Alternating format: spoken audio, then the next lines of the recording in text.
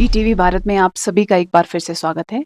आज हमारे साथ जुड़े हैं कुंजस डोलमा, जो कि भारत के पहले महिला हैं जिन्होंने जियोथर्मल एनर्जी में फॉर्मल ट्रेनिंग लिया है, UNESCO GRO geothermal training programme Iceland से। हमारे प्रोग्राम में आपका स्वागत है। Thank you so much. सबसे पहले मैं आपसे ये पूछना चाहूँगी कि ये जो जब आप ट्रेनिंग कर रहे थे आइसलैंड में, तो आपको क्या लद्दाख में जियोथर्मल का पोटेंशियल क्या है, इसका कुछ आइडिया था आपको मैम? ईटीवी भारत को थैंक यू वंस अगेन। पहले जब मेरा जियोथर्मल एनर्जी से इंट्रोड्यूस हुआ वो था जब मैं Ladakh renewable energy development agency में काम कर रही थी। 2012 में इस टाइम हमारा एक बार जब मैं वहाँ पे थी तो हमारा यहाँ पे ऑस्ट्रेलियन टीम आया था लद्दाख में। जो ऑस्ट्रेलियन जियो साइंसेस के मेंबर्स थे, जो लोग ऑलरेडी जियोथर्मल एनर्जी पे भी एक्सप्लोर कर रहे थे, तो उनके साथ मुझे पुगा जाने का मौका मिला था। फिर उसके बाद से मेरा इंटरेस्ट जागा कि ओ ओके, हमारे लद्दाख में इतना इस तरह का भी कोई एनर्जी है बोल के। एंड फिर उनसे पूछा तो पता लगा कि जियोथर्मल एनर्जी को तो बहुत सारी चीज़ों में हम यूज़ कर सकते हैं। तो फिर उसके बाद से थोड़ा-सा इंटरेस्ट जागा। फिर कोइंसिडेंटली एक दिन ऐसा हुआ कि हमारे जो बॉस थे वहाँ पे, मिस्टर जिगमे टाकपा जी, उन्होंने बोला कि एमएनआरई के तरफ से नॉमिनेशन के लिए लेटर आया है इस जियोथर्मल ट्रेनिंग प्रोग्राम के लिए आइसलैंड में। तो तब तो मैंने आइसलैंड का नाम भी नहीं सुना हुआ था। तो फिर उन्होंने पूछा किस-किस को नॉमिनेशन के लिए वो करना है, because it is all over India से ये कैंडिडेट्स का सिलेक्शन होगा, इंटरव्यू होगा। फिर I said okay yes why not. तो मैंने दे दिया। फिर उसके बाद इंटरव्यू हुआ तो लकीली सिलेक्शन हो गया। फिर उसके बाद फिर मेरा इंटरेस्ट और जागा वहाँ पे जाने के बाद। फिर जब मेरा 6 मंथ्स का ट्रेनिंग कंप्लीट हुआ तो वापस आने के बाद फिर मैंने स्टार्ट किया कि हम अपने लद्दाख में जितने भी जियोथर्मल एनर्जी रिसोर्सेज हैं उसको हम कैसे प्रमोट कर सकते हैं। प्लस नॉट ओनली लद्दाख, फिर इंडिया में जितने भी रिसोर्सेज हैं उसको हम किस तरह से डेवलप कर सकते हैं। सो वहाँ से फिर मेरा जियोथर्मल का जर्नी शुरू हुआ है। जब हम बात करते हैं लद्दाख के बारे में, तो यहाँ का जो क्लाइमेट जो है वो बहुत हार्श होता है और एग्रीकल्चर विंडो भी बहुत शॉर्ट होता है। तो जियोथर्मल एनर्जी का क्या पोटेंशियल है रीजन के फूड सिक्योरिटी और एनर्जी नीड्स को ट्रांसफॉर्म करने के लिए? आप क्या बताएंगे इसके बारे में? जियोथर्मल एनर्जी जो है इसको हम यूटिलाइज सिर्फ इलेक्ट्रिसिटी जनरेशन के लिए नहीं करते हैं, बल्कि इसका मैक्सिमम जो हम 70% यूटिलाइजेशन बोलते हैं वो होता है डायरेक्ट यूजेस में। यानी कि हो गया फूड प्रोडक्शन के लिए, फिर हो गया फूड प्रोसेसिंग के लिए, हो गया फिर हीटिंग के लिए, हो गया ये सारा है।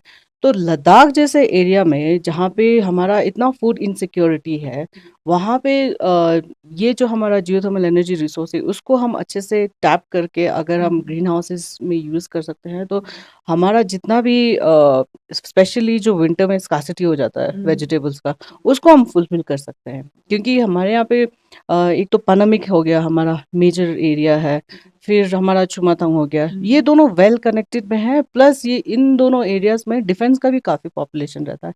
तो यहाँ पे अगर अच्छे से इस एनर्जी को यूज़ करके हम ग्रीन हाउसेस में यूज़ करते हैं तो काफ़ी हद तक हमारा जो वेजिटेबल सप्लाई है वो पूरा हो जाएगा। जब हम ये ग्रीन हाउस के बारे में बात करते हैं, तो आप लोगों ने भी कुछ पायलट प्रोजेक्ट्स आप लोगों ने शुरू किया था। वो कहाँ-कहाँ किया था? और इसकी वजह से हमारे फार्मर्स या कम्युनिटी को कितना फ़ायदा पहुँचा है?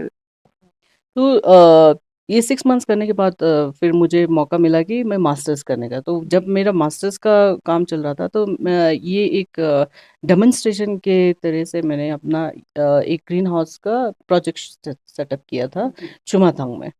तो वहाँ पे ये दिखाने के लिए कि ओके, हम जियोथर्मल एनर्जी को सिर्फ़ इलेक्ट्रिसिटी ही नहीं, हम उसको बाकी चीज़ों के लिए भी यूज़ कर सकते हैं।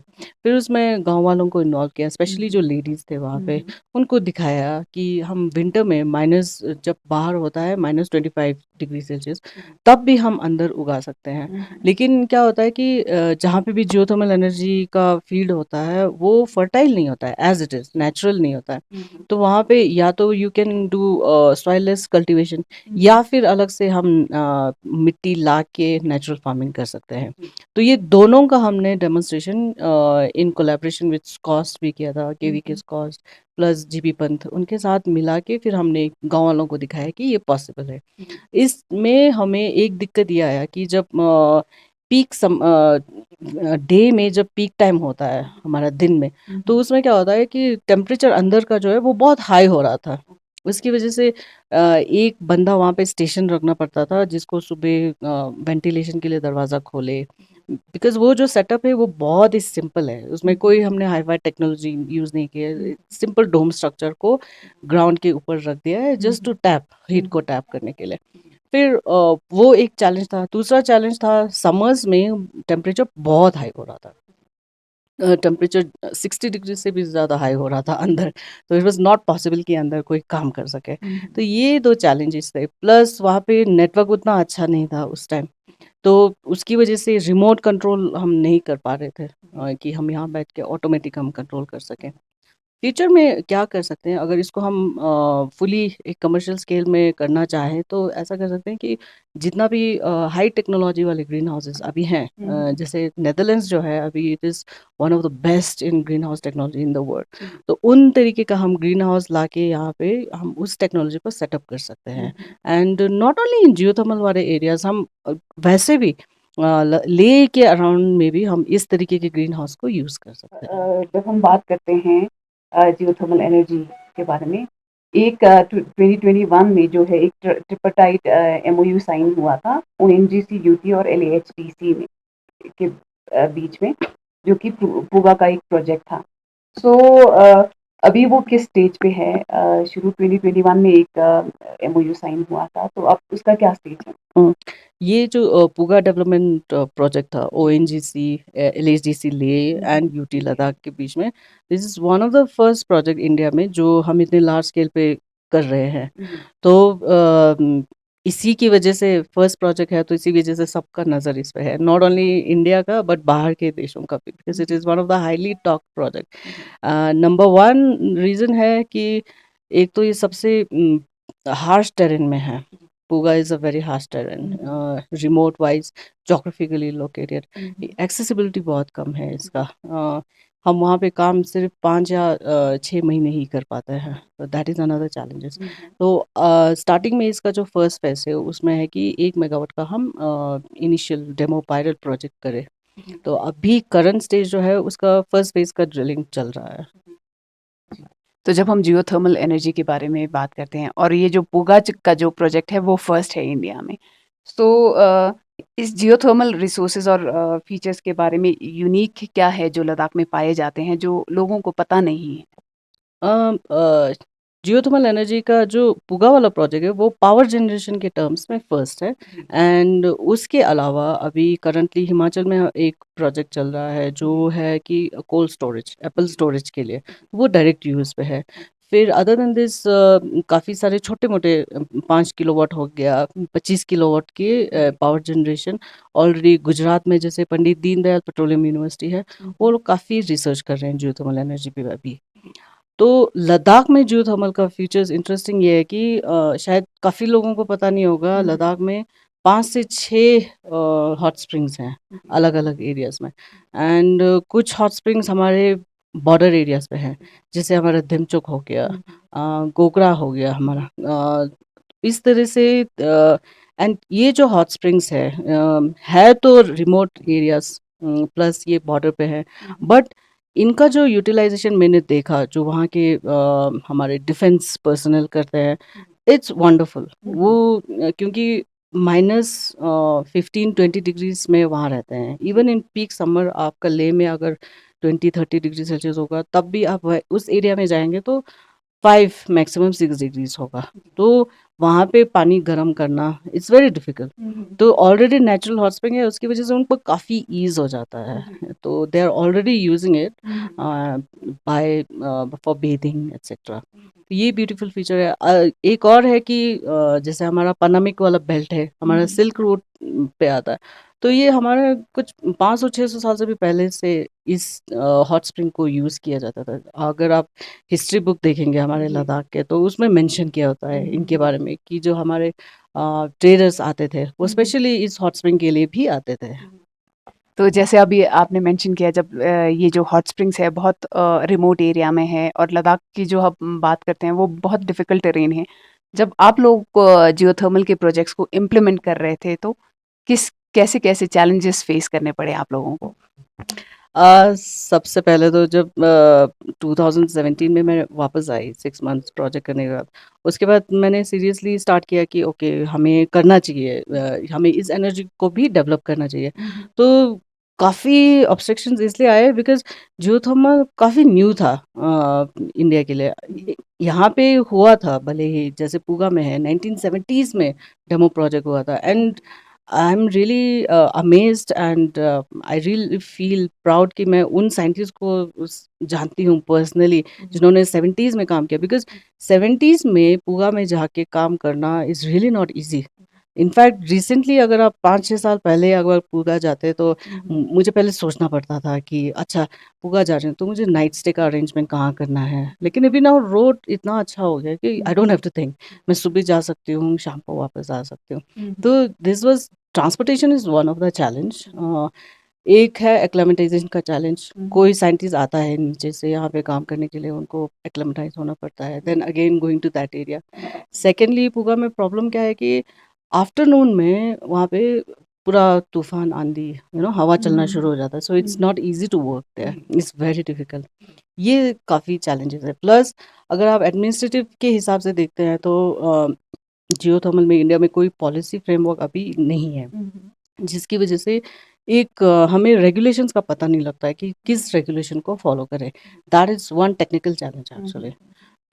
दूसरा है कि हाई इन्वेस्टमेंट कॉस्ट है जियोथर्मल एनर्जी में, तो उसकी वजह से कंपेयर टू सोलर, तो इसी वजह से सोलर को पुश ज़्यादा मिलता है rather than geothermal energy. Over the next decade जब हम जियोथर्मल एनर्जी के बारे में बात करते हैं, तो इसका कैसा रोल रहेगा लद्दाख को सस्टेनेबल बनाने में?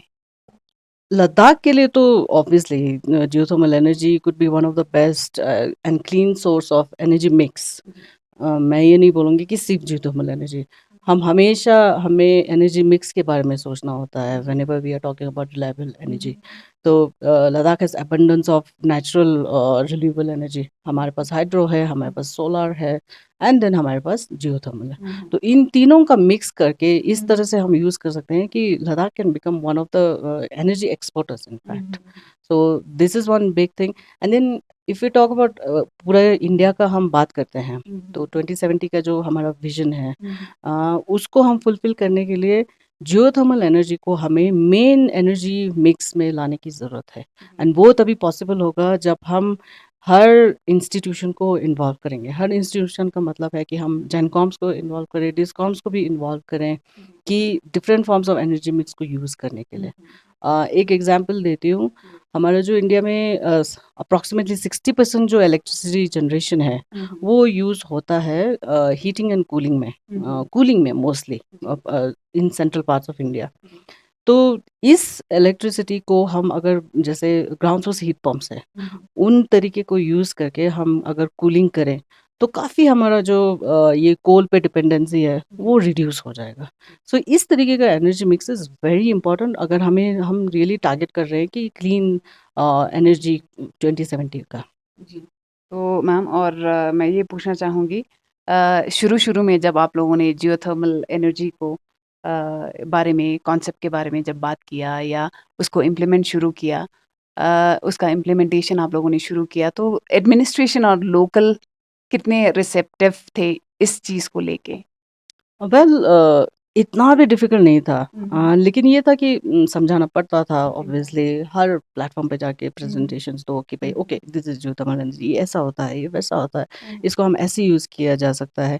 क्योंकि एक माइंडसेट बना हुआ था कि geothermal energy is very expensive और मोस्टली ये पता नहीं होता था कि इसको हम अदर देन इलेक्ट्रिसिटी जनरेशन बहुत सारी चीज़ों के लिए यूज़ भी कर सकते हैं। हम्म, तो I am happy to see कि ओवर द पास्ट 5, 6, 7 इयर्स जो माइंडसेट लोगों का चेंज हुआ है towards geothermal energy, I am really happy to see that and this is not only for Ladakh, मैं पूरी इंडिया में देख रही हूँ। अभी एमएनआरई में भी अभी इसका शिफ्ट हुआ है। इनफैक्ट इसी वजह से अभी मेरे पास every year there has been candidates going from India for ये जियोथर्मल ट्रेनिंग प्रोग्राम के लिए। तो this is a good thing. जब हम बात करते हैं जे.एन.के और लद्दाख, ये जब भी हम किसी प्रोजेक्ट या किसी चीज़ के बारे में बात करते हैं तो उसके एडवांटेजेस और डिसएडवांटेजेस दोनों होते हैं। जब हम जे.एन.के के बारे में बात करते हैं, जे.एन.के लद्दाख के बारे में, तो कहते हैं कि ये जो पार्ट जो है वो अर्थक्वेक ज़ोन में पड़ता है। तो जब हम जियोथर्मल एनर्जी यूज़ करते हैं उसके क्या-क्या रिस्क फैक्टर्स हैं? ज्योग्राफिकली अगर हम बोलें जी। अगर हम ड्रिल करते हैं, हुँ, बहुत ज़्यादा डीप ड्रिल करते हैं, fracture not just drilling, fracturing करते हैं, हुँ, तो हमारा कहीं पे भी नॉट ओनली इन जे.एन.के, लद्दाख, कहीं पे भी सेस्मिसिटी प्रॉब्लम्स होता है, मतलब अर्थक्वेक का हुँ, हुँ, प्रॉब्लम्स होता है, जी। There are possibilities. हुँ, हुँ, लेकिन जहाँ पे हम फ्रैक्चर नहीं करते हैं, जहाँ हम सिर्फ ड्रिलिंग करते हैं, उसमें आपका रिस्क कम रहता है। तो यहाँ पे जो अभी हम पूगा का कर रहे हैं, that is not fracturing, that is drilling. हुँ, हुँ, तो जैसे अगर हम कंपेयर कर लें हमारे पड़ोसी देश चाइना जो है, उनका यंग बेइजिंग का फील्ड है, हुँ, उसका भी स्टार्ट हुआ था 1970s में हुँ, अर्ली। तो लेकिन उनका तो अभी 25 मेगावाट जनरेट हो रहा है hmm, electricity and they are powering half of Lhasa. हुँ, हुँ। तो वेयर आर वी? ओह! जी। तो जब हम बात करते हैं दोबारा जियोथर्मल एनर्जी के बारे में, हमारा ये है गोल अचीव करना है कि नेट ज़ीरो एमिशन बाय 2070। तो उसमें जियोथर्मल एनर्जी की वजह से कितना रिड्यूस होगा या कितना अचीव कर पाएँगे हम आने वाले सालों में? ये इस पे डिपेंड करता है कि हम हमारा गवर्नमेंट जो है कितना फोकस करेगा जियोथर्मल एनर्जी पे and actually we need more education about geothermal energy in hmm, our hmm, country. हुँ, अब जियोथर्मल एनर्जी का अभी क्या है कि अभी ये कॉन्सेप्ट है, लोग ये बोलते हैं कि ये पॉसिबल वहीं पे है जहाँ पे गर्म पानी निकलता है, विच इज़ नॉट ट्रू। जी। जियोथर्मल एनर्जी हम ग्राउंड सोर्स हीट पंप्स को भी it is included in geothermal energy. Hmm, basically hmm, geothermal energy is heat of earth. तो हीट ऑफ अर्थ तो हमारे यहाँ पे भी है, पैरों तले हम अभी भी अगर यहाँ पे 1 किलोमीटर वो करेंगे तो वी गेट हीट। सो ये then secondly we have enhanced geothermal system करके है अभी टेक्नोलॉजी। तो हुँ, ये अभी डेवलप्ड कंट्रीज़ में बहुत डेवलप हो रहा है। जी। इस चीज़ पे काफ़ी फोकस हो रहा है क्योंकि हर कंट्री को अभी ये है कि energy security कैसे लाएँ? Because they are seeing कि energy security is one of the biggest thing that could be a potential protection as well as a threat for national security। क्योंकि आपने देखा रिसेंटली रशिया यूक्रेन का war हुआ तो सबसे पहले क्या किया उन्होंने एनर्जी सप्लाई बंद कर दिया, hmm, hmm, because of which there is a panic among the hmm, people in the European countries right now. जी। तो इसीलिए अब हर कंट्री वही ट्राई कर रहा है कि हमारा एनर्जी सिक्योरिटी कैसे इम्प्रूव हो। तो similarly for India hmm, hmm, and specially for border areas like Ladakh हो गया, अरुणाचल हो गया, hmm, it hmm, is really important कि हम अपना एनर्जी सिक्योरिटी कैसे रखें। एंड एनर्जी सिक्योरिटी तभी होगा जब हम इसी एरिया से निकलते हुए एनर्जी रिसोर्स को हम टैप कर पाएँ, जी। ना कि हम किसी एक्सपोर्ट इम्पोर्ट पे डिपेंड रहें। Hmm, so that is one thing hmm, क्योंकि हुँ, लद्दाख जैसे एरिया में तो हमारा जो मैक्सिमम एनर्जी है, हुँ, हुँ, we are importing it. And energy, I don't mean only electricity. Hmm, hmm, Energy is we all our petrol hmm, that we hmm, use for our cars, ji. vehicles, everything. Hmm, hmm, All the जितना भी हमारा diesel generators चलता है, हुँ, उसका जितना भी हमारा fuel है, our cooking fuels, hmm, hmm, LPG जो है, हुँ, हुँ, we are dependent on transport basically. और imagine अगर खुदा ना खास्ता किसी वजह से ये ट्रांसपोर्ट लाइन हमारा बंद हो गया तो हुँ, हुँ, imagine what would be our condition. Hmm, So this is the reason why we need to have our own sustainable and our own natural जो हमारा इसी एरिया का है उस एनर्जी को हमें डेवलप करना है। This is the reason why it's important. एक अच्छा चीज़ ये है कि अभी हमारे जितने भी जनरेटिंग कंपनीज़ हैं, डिस्कॉम्स है, उनके सीएमडीज़ का ट्रेनिंग चल रहा था, एमडीज़ एंड सीएमडीज़ का लाल बहादुर शास्त्री अकेडमी में। तो वहाँ पे उन्होंने जियोथर्मल एनर्जी के बारे में बोलने के लिए मुझे बुलाया हुआ था। सो इट वाज़ गुड कि उनका they wanted to know about geothermal energy and they are thinking about having geothermal energy in the energy mix of India. And these are the top bosses who are making the policy. So they'll be having making it compulsory that okay, we need to have something about geothermal energy in the projects that we are planning. So this is one good step. तो क्या last में आप क्या बताना चाहेंगे geothermal energy के बारे में लोगों को या पॉलिसी मेकर्स, डिसीजन मेकर्स को? It is in nascent state, but still going on. तो very soon in this year only एक book आने वाला है, Future of Geothermal in India करके. That is one big project that I'm looking forward to. तो ये है, it is funded by Project in Space करके United States of America का. Then we have the policy, geothermal policy, which will soon be coming up this year. And then there are geothermal का grant हमने MNRE के through वो भी आने वाला है. So these are few things that are going to promote. Other than that, I would like to say कि अगर हमें geothermal energy को 2070 के लिए हमें energy mix में देखना चाहते हैं, तो there are certain things that we need to do. First is we are lacking capacity in terms of geothermal energy. So we need to build our capacity. एक दो बंदे को हम बाहर भेज के, करोड़ों को जहाँ पे पॉपुलेशन है, तो एक दो बंदे को बाहर भेज के ट्रेन करने से कुछ नहीं होता है. तो इसलिए बेटर यही है कि we bring professionals from outside and we train them, we train our own people over here. So then उस मैनर में हम 50 60 70 लोगों को एक साथ ट्रेन कर सकते हैं. Plus it is a very what you call not very common field in India. So you need to take the risk. Risk है, लेना पड़ेगा, but then you have more chances actually of growing. So this is one beautiful thing. Yeah, thank you so much हमारे साथ जुड़ने के लिए आज. Thank you so much, Anjali.